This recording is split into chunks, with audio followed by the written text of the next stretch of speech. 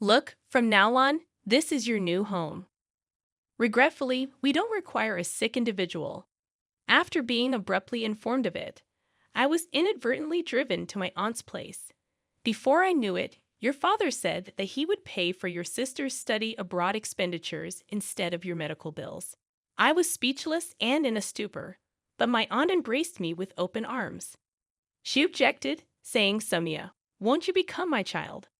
I started a new life as my aunt and uncle's child on that day.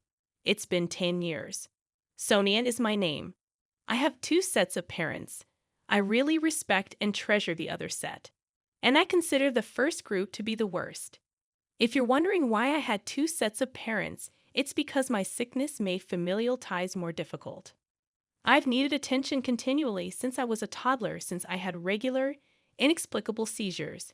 My parents strongly advised me not to exercise since stress and exhaustion increase the risk of seizures, even though medicine helps to some extent to control the symptoms. I was never allowed to play freely with my buddies and was always a spectator in gym class. However, my younger sister, Noel, who is 4 years younger than me, embodied all of our parents' expectations and was vivacious and gifted. She had a special affinity for basketball as a child. She joined a reputable local mini basketball club in elementary school, and her skill blossomed. Her talents significantly improved once she joined a well-known sports club, and she consistently started games. She captained the squad and engaged in vigorous competition with more experienced players in her role as a representative. I was proud to see her throughout practice, but I was also a bit jealous. My parents started to clearly distinguish in how they handled Noel and me at this period. This was particularly true with regard to food. Noel was fed wholesome handmade meals, whereas I generally ate plain bread and quick soup. Occasionally, I would receive leftovers from Noel's meals. Additionally, there was a difference in attire. I got hand-me-downs, while Noel wore stylish kid stuff. Noel received special treatment for school promotions, Christmas, and birthdays, whereas I was frequently ignored. I started to experience this discrimination on a regular basis. "Big sister, won't you play basketball with me?" My naive younger sister would joyfully inquire every time. She gazed at me with bright eyes while holding the ball. I grudgingly said, "Sorry, I can't do intense exercise." Noel pondered as he gazed up into the sky before breaking into a smile. "We can at least pass the ball, right?" She attempted to give me the basketball as she was saying this. My parents disagreed with my belief that I could manage only practicing passes. In particular, my mother was strict. She gripped my hand violently as I went for the ball and screamed, "Sonia, you never know when you might have a seizure, so don't do anything." My sister froze, startled by her yelling. The ball fell to the floor and began to move slowly away. My mother smiled as she picked up the ball and handed it back to my sister. Then she looked at me and said, "Noel, let's practice passing together." After saying kind things to my sister, she left with her. I sobbed by myself after they went because I was so sad and irritated. When Noel was in the 3rd grade of elementary school and I was in my 1st year of middle school, something significant happened. I was bedridden on a spring day after feeling ill in the morning. My parents left me at home and went to the match since my sister had an important game. Well, I reasoned, I'll be more prone to seizures while I'm feeling sick. Being alone and feeling ill combined to increase my worry and stress levels. I experienced a major seizure around lunchtime. As soon as I sensed danger, I dialed an ambulance. I was lying in a hospital bed when I woke up. A nurse who arrived to change my IV saw me and grinned as soon as I woke up. "You're in the hospital, Sonia. Do you get what I'm saying?" I gave her a nod when she asked. I looked around the hospital room, but my family was nowhere to be seen. "Excuse me, has my family visited?" I inquired. "The family is expected to arrive early tomorrow. Tonight, you'll be on your own," the nurse said. This verified that my sister and parents were still away from home after the basketball trip. No one is concerned about me, not even when an ambulance comes to take me away. I felt like I was a bother, not a member of the family. My eyesight became blurry as tears filled my eyes. I wrapped a shawl around my head and sobbed in private. Following an ambulance ride, my parents began abandoning me at my aunt's house, my father's sister, after receiving criticism from the neighbors. Having no children of their own, my aunt and uncle, who work at a game development business, were always delighted to have me visit them once a week. Having Sonia around is enjoyable. I would hear my aunt exclaim, "It's like having our own child." I looked forward to going since they enjoyed games and would tell me about their favorites. One noteworthy game they co-developed was situated in a made-up planet. I would play it for hours on end because it was so captivating. The meals they ate themselves were always the ones they served me. I frequently requested seconds of my aunt's delicious food. "I've always wanted to pick out children's clothes," my aunt stated, enthusiastically selecting outfits for me. My aunt's home turned into a haven of comfort and affection, offering me emotional support. My father drove me to my aunt's house as summer vacation drew near and the first term of my first year of junior high school was coming to a conclusion. I was looking forward to spending the summer vacation there, and the car was full with bags. When I arrived and unloaded my belongings, my father unexpectedly entered the house and seemed to be in a good mood. However, my aunt appeared worried. I started feeling nervous as I sensed the strange vibe. But I couldn't ask my father directly about my worries since we didn't have a strong connection. As I was attempting to assess the scene, my father said with joy, "Look, from now on, this is your new home," spreading his arms wide. "Unfortunately, we don't need a sick person." My father's voice sounded cheerful, and I was astonished. My aunt and other family members were upset, but it didn't seem like my parents were paying attention. My sister's basketball scholarship overseas had taken up all of their thoughts. "To cover the costs of your sister's study abroad, we won't pay for your medical expenses." My parents were unconvinced despite my aunt and uncle's best efforts to convince them. My aunt firmly stated, "I will take Sonia in if you stop the treatment for her illness." The suggestion was enthusiastically welcomed by my parents. I found out that my parents had abandoned me in this way. My aunt murmured softly to me, stunned and unable to speak. "I agreed since your father mentioned that you too wanted to leave home. However, based on your current response, it appears that nothing was conveyed to you. We still have time to make this right.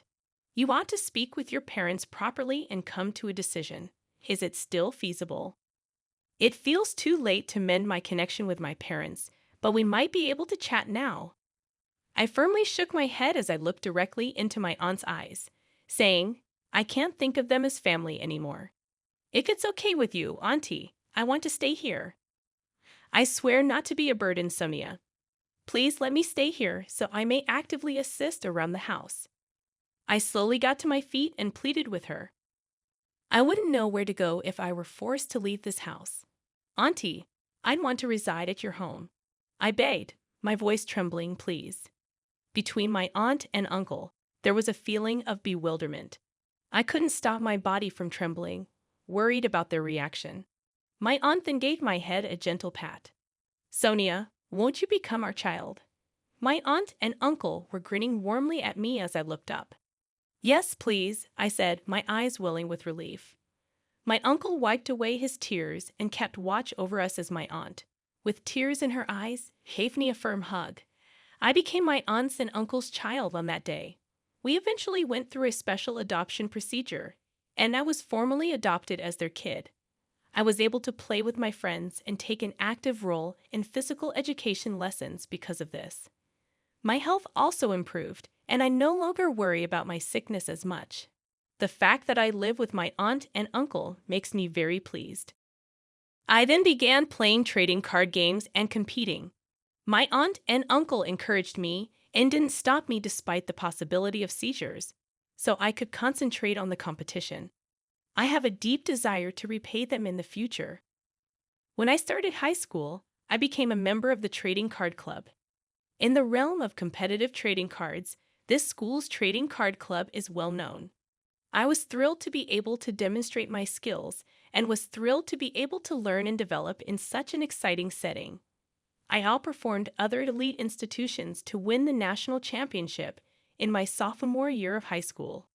I was so happy that day that I rushed home to tell my aunt and uncle the good news. By that time, my illness-related seizures had virtually ended.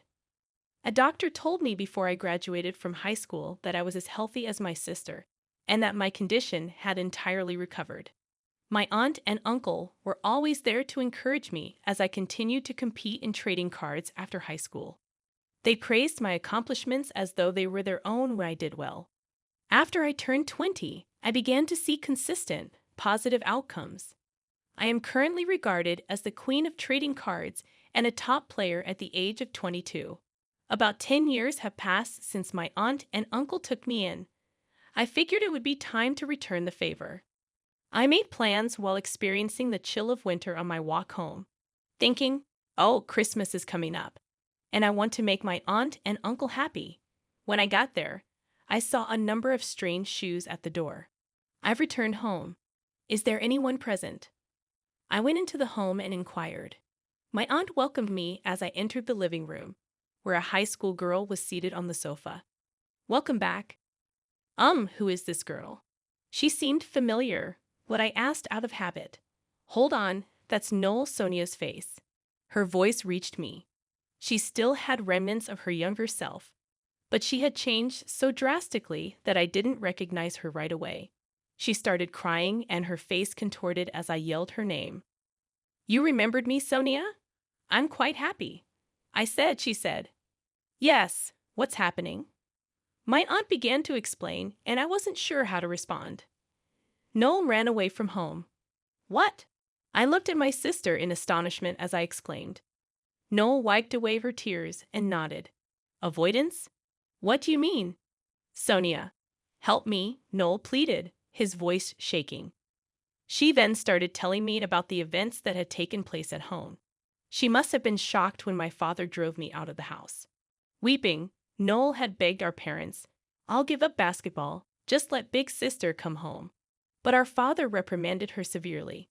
What do you say? For your basketball, that is, you should not take things lightly. I will not accept your resignation. You are the sole kid of your mother.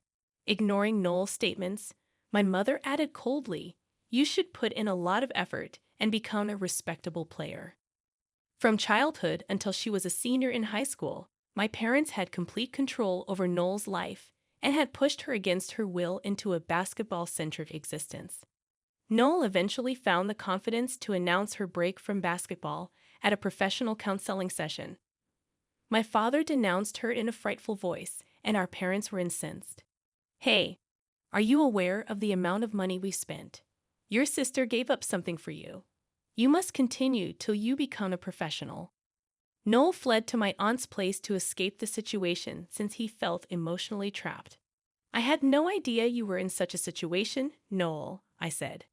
I had run out of things to say. My sister had been sacrificed by our parents, but I had grown up freely at my aunt and uncle's house. You've gone through a lot, Noel. I had no knowledge, I apologized.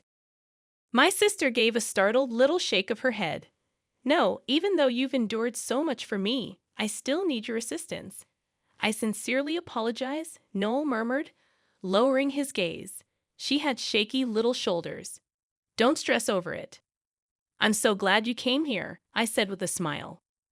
Both my uncle and aunt gave a nod of consent. You're correct. Getting away from them was enjoyable. Calm down, Noel. I responded. Your big sister will protect you. Even though I was afraid and reluctant to intervene. The question is, how can I save Noel? I pondered and started planning. Christmas, a chilly day with a wintry sky that threatened snow, was the day to carry out the plan. I plucked up the confidence to answer the doorbell as I made my first appearance at my parents' house in a decade. When the door was slammed open, my parents said, "Welcome back."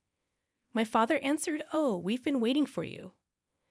My parents' grins were unusually brilliant when they greeted me. My aunt must have informed them of my return. The fact that it was about my sister should also be clear to them. You're welcome back. Are you waiting? What are you discussing? After I've been thrown out by you. Perplexed, I asked them about their attitude. As she said, when Mother grabbed my hand and talked in a clawing voice, It's freezing, come on. Come on, let's head inside. No, everything here is oak. I quickly responded. I can't stay long because I'm busy. Their expressions briefly became hazy before they hastily put on fake smiles once again. Then they started talking loudly and strangely. You know, the queen of trading cards? Your father is pleased with you. I agree. You've received a large award. My mother was annoyed by their actions and remarked, "Come back soon." I've been boasting about it in the neighborhood. I replied coolly, "Huh, why?" Because after all, a family ought to be together. When my father answered, I gazed at them in shock, horrified by what he had said. How dare you say that after abandoning me? I let forth an inside scream. My parents, however, continued to talk sweetly to me as if they were unaware of my attitude. When your mother learned you were returning, she cleaned your room. Here, we hope you can unwind, they remarked, in order to make you feel comfortable practicing at home going forward. We even changed the flooring in your room. Ask us anything you want, they went on. In an attempt to gain my favor, they continued to add words.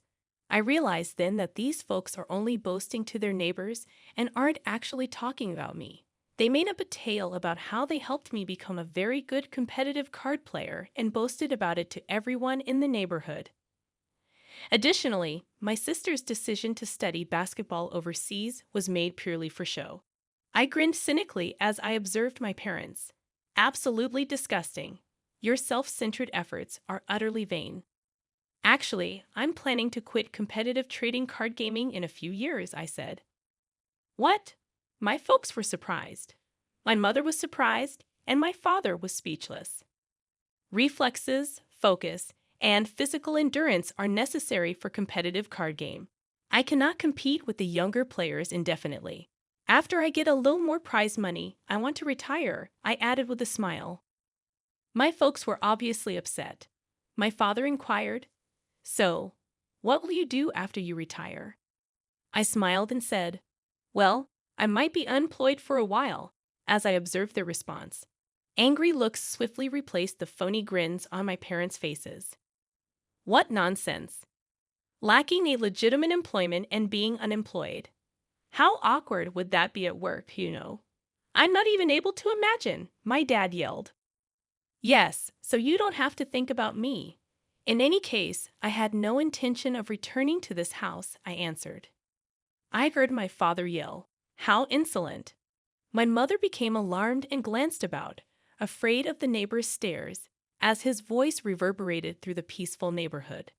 To start, I came here today to talk about Noel's predicament. She and I are presently residing at our aunt's house in good health. What were you saying? Have you taken her hostage? That cannot be forgiven. Return her to her mother, yelled my father. I turned to face my mother, who abruptly feigned victimization, and firmly said, "No, I have no intention of giving her back, not at all. I'll look after my sister." What are you discussing? The cops will be called, they yelled. I've already explained the situation to the police and reported it to Child Services, I said calmly, despite their agitation. I've spoken with an attorney. In actuality, you are the criminals as well. What? What were you saying? In light of the potential for my parents to accuse me of kidnapping, I have been seeking advice from a number of experts in order to continue helping my sister. Since Noel has entered maturity, I have also started examining legal restrictions. She can legally choose where she lives in the future at the age of 18, overriding her parents' rights.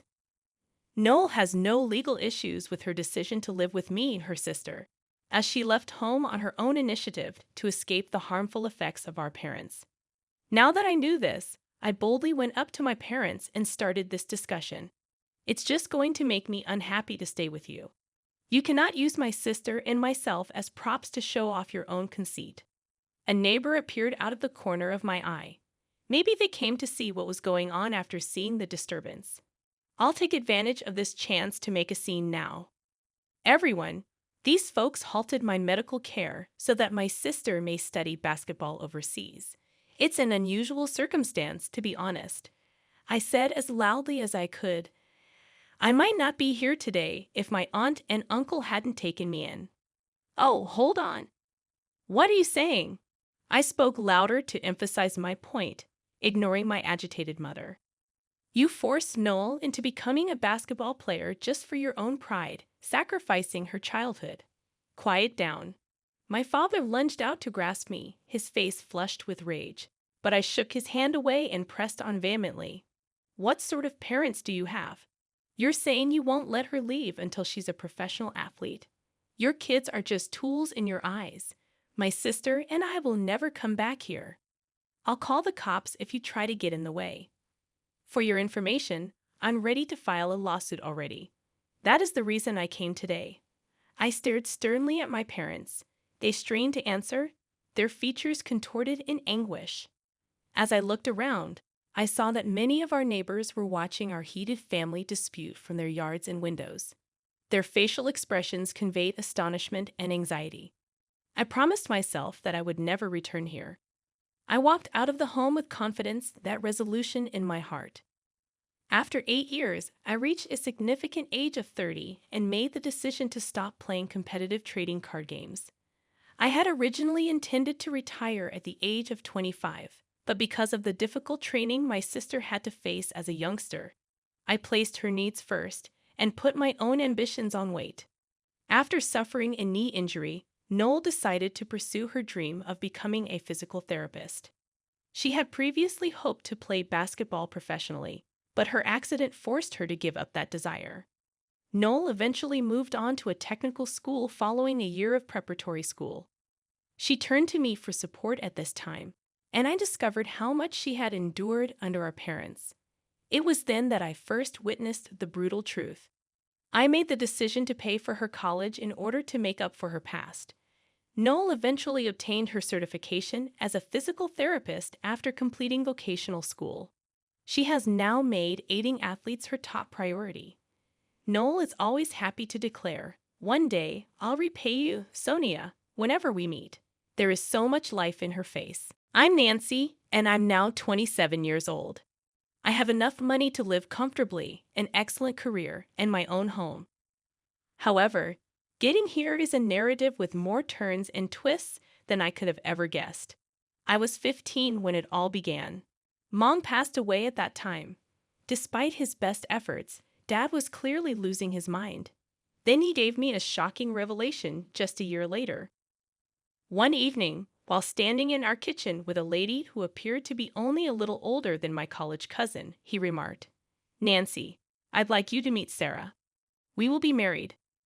Sarah arrived with her own daughter, Kayla, who was just 5 years old at the time, and she was at least 15 years younger than Dad. Sarah treated me like I was an unwanted house visitor from the very beginning. Every time I walked into a room, she would start whispering to Dad, or she would stroll right by me in the corridor without a word.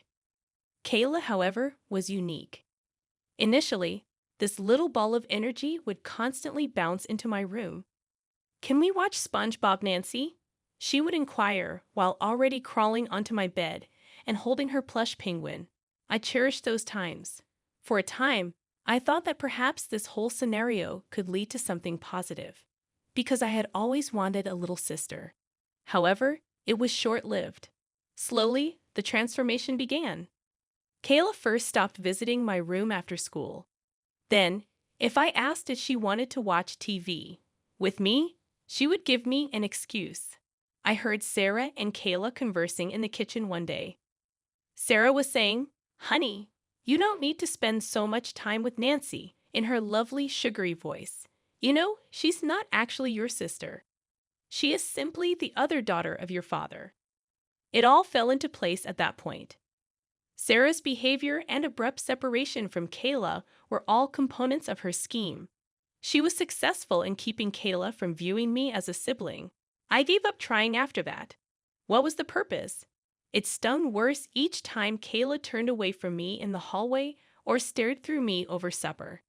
Instead, I put myself into my studies. I felt liberated when I was accepted to college on a full scholarship. My career took off when I graduated from college. Every year offered greater compensation, larger projects, and new chances.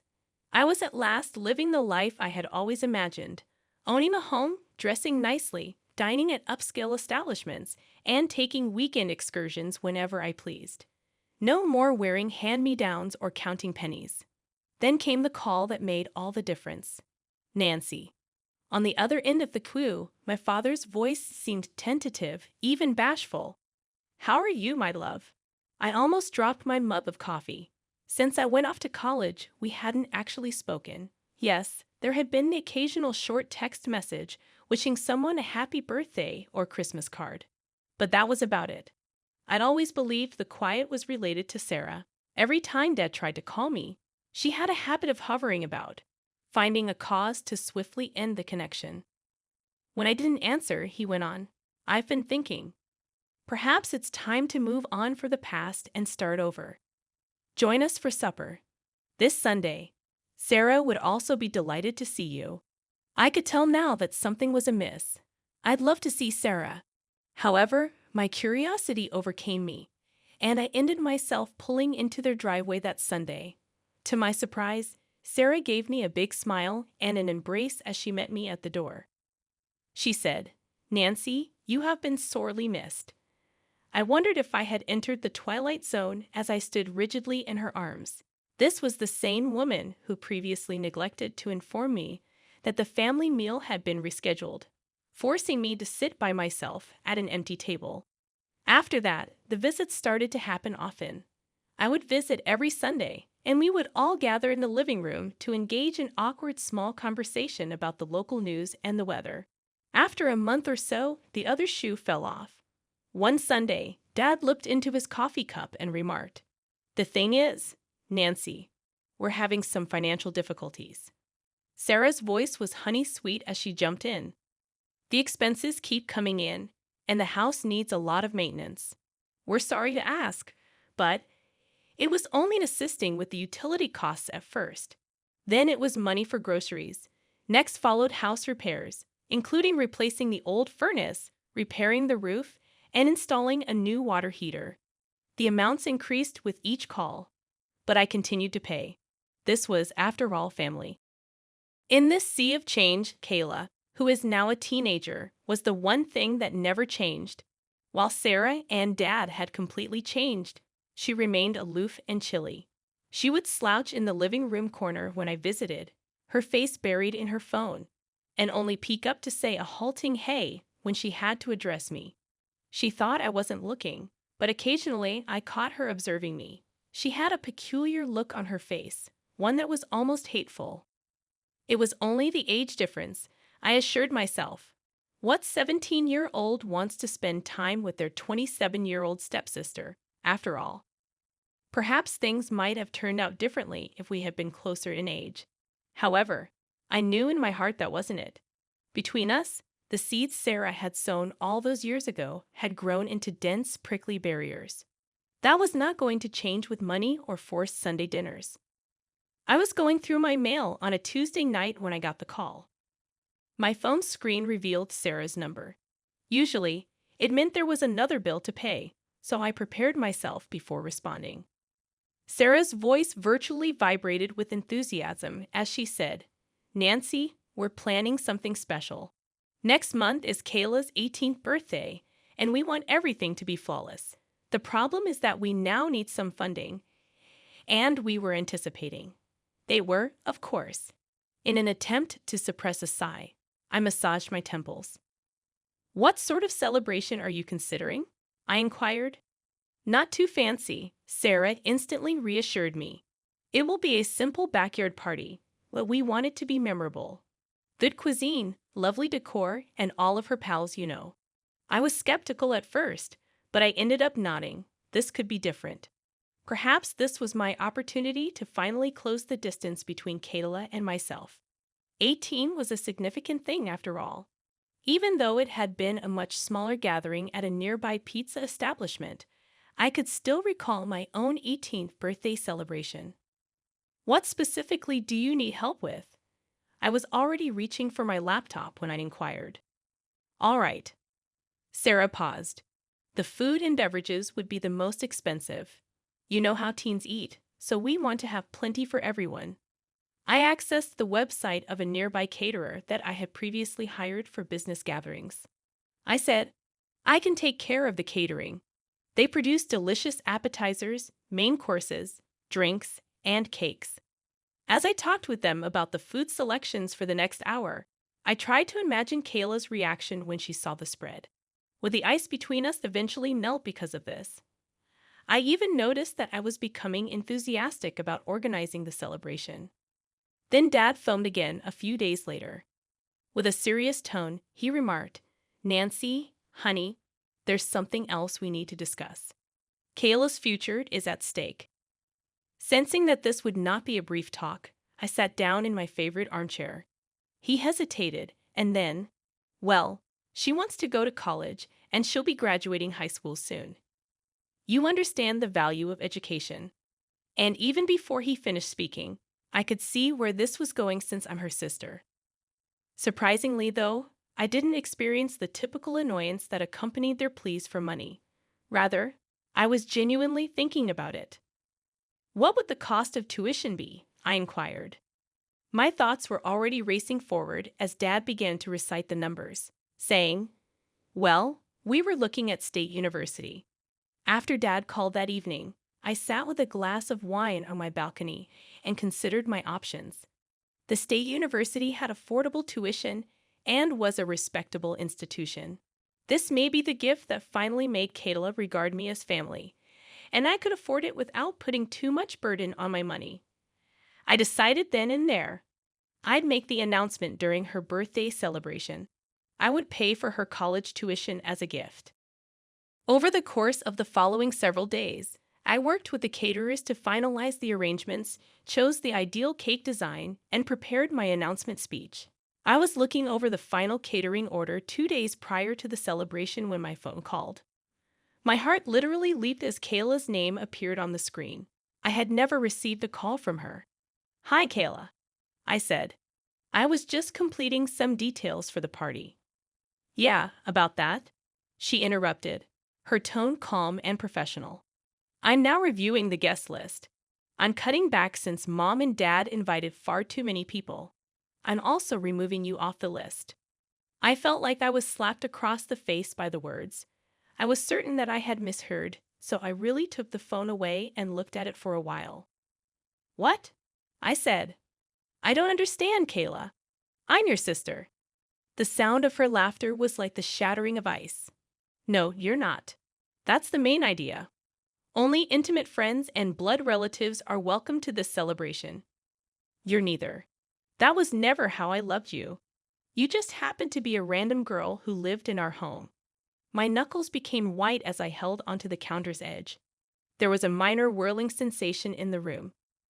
By the way, she remarked, with a smile in her voice, you can just have it sent over, by courier or something, if you already got me a gift or whatever. Before I could reply, the line died. For what seemed like hours, I sat there with my phone in my shaking fingers, looking at nothing. Then I called my father, which I hadn't done in years. I said with tears in my eyes, Dad, my voice broke. Were you aware of this? Were you aware that Kayla had withdrawn my invitation to her party? He sighed, as if I were still a kid whining over a skin. Oh, honey, he said. Avoid taking it personally. You understand the nature of teens. Compared to her, you are older and wiser. According to him, Nancy, family helps family. My voice rose. I'm not family, Kayla stated clearly. Sarah's voice interrupted abruptly, crisp and harsh. Now, Nancy, pay attention. You're wealthy and successful. You have an obligation to assist us.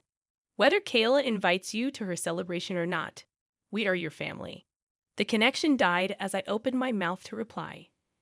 I have been disconnected by Sarah. I felt like the biggest idiot in the world as I sat in my kitchen surrounded by catering menus and party planning. They truly saw me as nothing more than a legless ATM, a handy source of money who didn't even merit an invitation to the party she was sponsoring.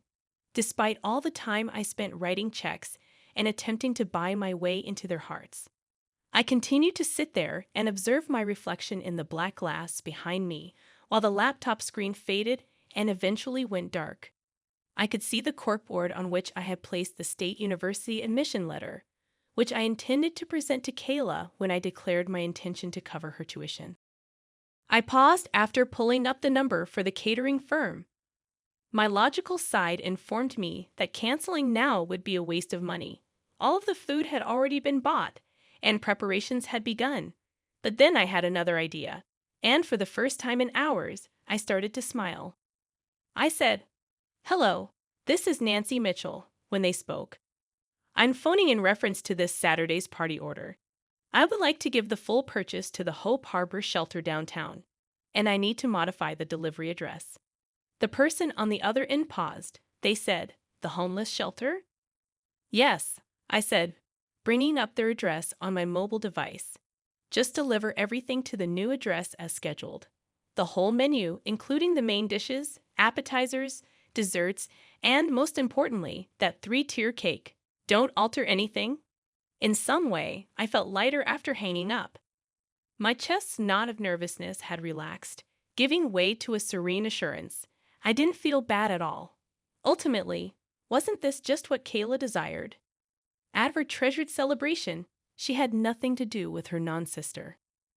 That night, I slept better than I had in weeks. Kayla's birthday arrived with a clear and sunny morning. Sarah's ringtone popped on my phone as I was sipping my second cup of coffee. Without introducing herself, she said, "Where is the catering?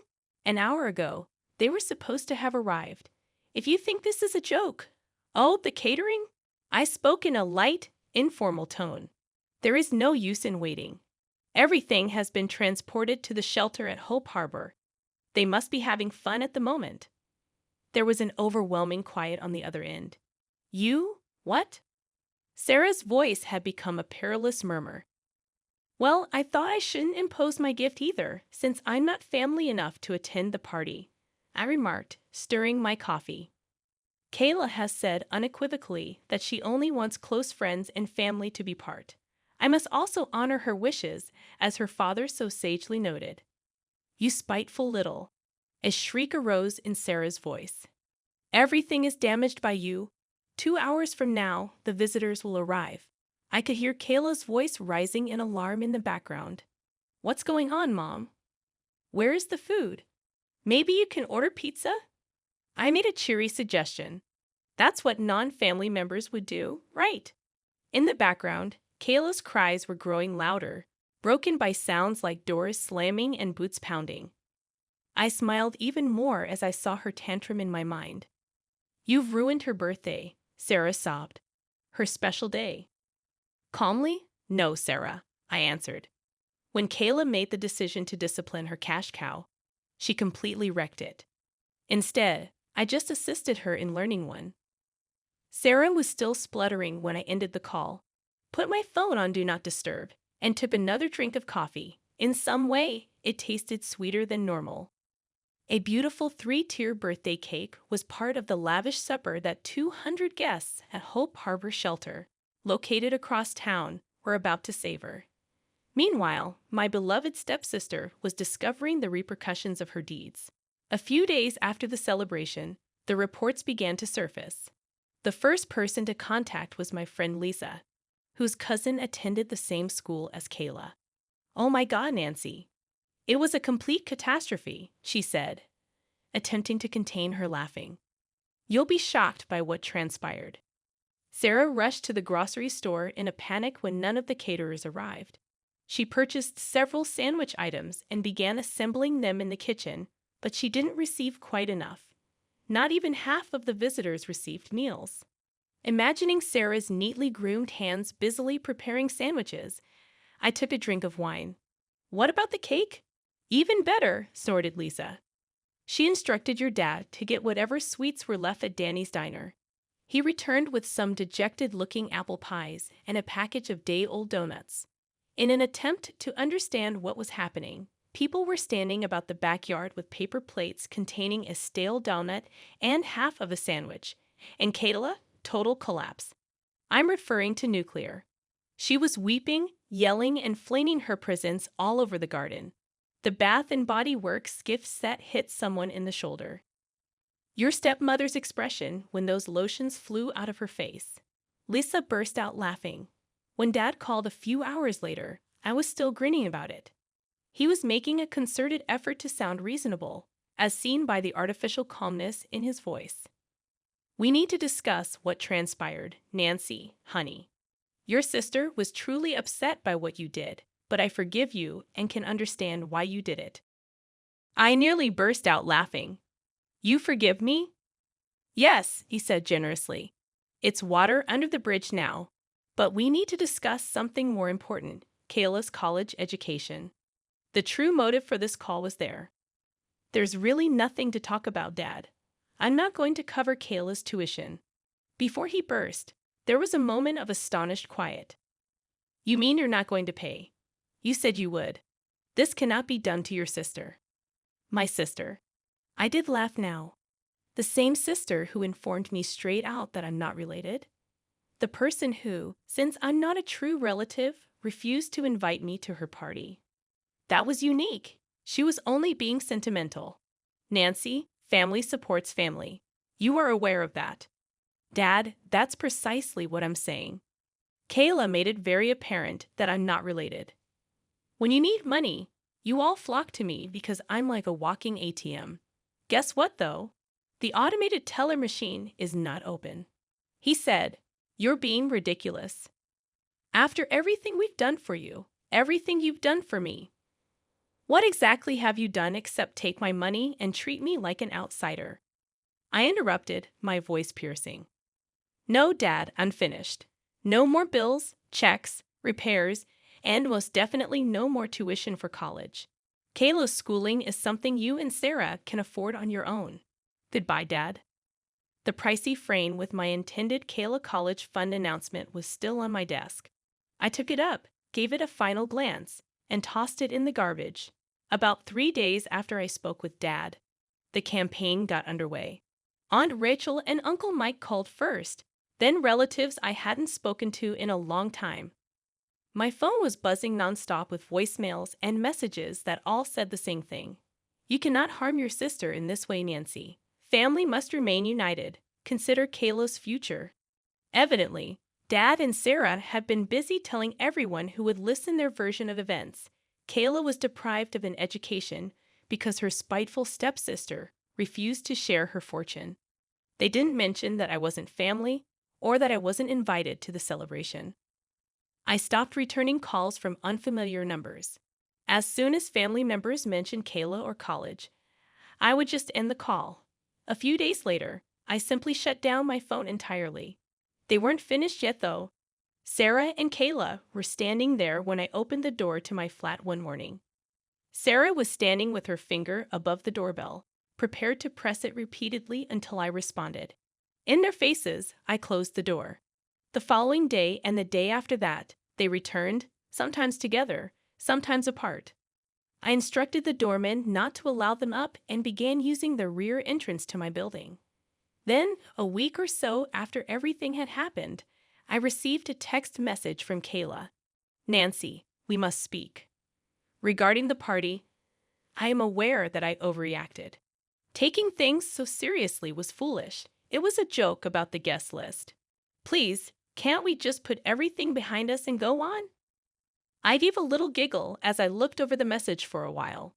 Was it a joke now? Now that she was aware that her actions had repercussions, everything seemed to be a simple misunderstanding. You're right. I responded to this SMS. I found it amusing, and it was a joke. In particular, when I donated all of the food to the homeless shelter. That was humorous, wasn't it? I thought your sense of humor was great. It took her many minutes to respond. When she did, she just had one thing to say, please. It dawned on me then. She hadn't been told by Sarah or Dad. They hadn't disclosed that I had been preparing to pay for her college fees, or that I had paid for the food. I reclined in my chair and considered how things may have turned out if Kayla had been aware. She most likely would have been a sweetheart, acting like a devoted sister. Hugs, thank yous, and vows of unending appreciation would have been exchanged. It would have been a great party. On the surface, things would have appeared perfect when I made my big news regarding college. However, everything would have been funny. Another act in the continuing production of Let's Pretend We're a Happy Family, as long as Nancy keeps writing checks. I felt a strange sense of obligation to thank Kayla. The facade I had been frantically attempting to keep up for years had been torn away by her moment of genuine malice. She had demonstrated to them that I was nothing more than a handy source of income, not even a friend or member of their family. Without responding once again, I disabled her phone number. My stress levels are much lower now, and my bank account is in better shape than before. No more unforeseen calls regarding past due payments or malfunctioning equipment. No more manipulating family responsibilities out of guilt. No more acting like you're someone you're not. Lisa, who remained in contact with the neighbors, told me about the most recent drama at my former residence 6 months after the disastrous party. As it happened, Kayla addressed our parents regarding her schooling using their funds. She was sure they had money saved up. They had been discussing her intentions for college for years, after all. They were forced to come clean at that point. 6 months prior, they had used the funds to purchase their new, opulent SUV. Their explanation: they reasoned that they could spend their funds on themselves since they had been relying on me to cover Kayla's tuition. For someone who was brought up to think that everything centered around her, the fallout was precisely what you would anticipate. The neighbors said they could hear Kayla's response from 3 homes away. The request that they take out loans to pay for her school came first. She demanded that they sell the automobile after they acknowledged that their credit was inadequate.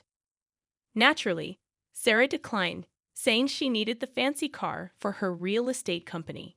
Kayla is now refusing to find a job or move out until they figure out how to pay for her education, calling it a protest. She hides in her room all day and only comes out to argue with them about how they have destroyed her future. According to the neighbors, the arguments never seem to end, with Kayla bringing up the automobile whenever she can and her parents growing more and more frantic to defend their decision. I don't miss the irony. It turns out that Sarah and Dad have been saving for a luxury buy all along, even though they have been contacting me for years for household maintenance and emergency needs. Apparently unaware of the similarities with how they treated me throughout the years, Sarah is now moaning to anybody who will listen about Kayla's lack of appreciation. People who are more knowledgeable about the subject than I am predict that it will be another month before my parents give up and sell the automobile. The greatest taught Kayla how to manipulate others. She did, after all, see her mother's years of emotional manipulation and guilt trips wearing me down. She's just using the same strategies on her parents now. I'm sure she'll triumph in the end. The cycle of deception will continue once the automobile is sold and she receives her tuition money. She is unquestionably her mother's daughter. When you can coerce somebody into giving you something, why work for it? However, it is no longer my issue. Let them take care of the monster they made. Without them, I've discovered a calm rhythm in my own life. Now that their incessant demands aren't draining my savings account, it rises slowly. In addition to organizing my first significant holiday in years, I've begun taking the painting lessons I've always wanted to do. No more putting others' dreams ahead of my own.